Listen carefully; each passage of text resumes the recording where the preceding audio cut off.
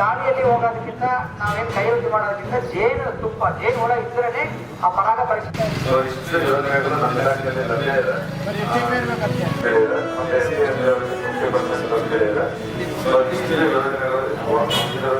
ತರಕಾರಿ ಬೀಜಗಳನ್ನು ನರ್ಸರಿ ಮಾಡ್ಕೊಳ್ತೀನಿ ಅಥವಾ ಈ ತರ ಮಾರಾಟ ಮಾಡುವುದು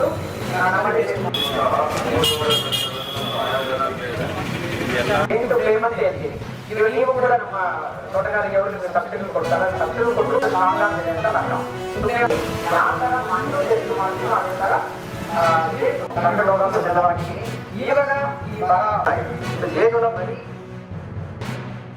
29ನೇ ತಾರೀಕು ನಮ್ಮ ಒಂದು ಕಾರ್ಯಕ್ರಮ ಮಾಡಿ.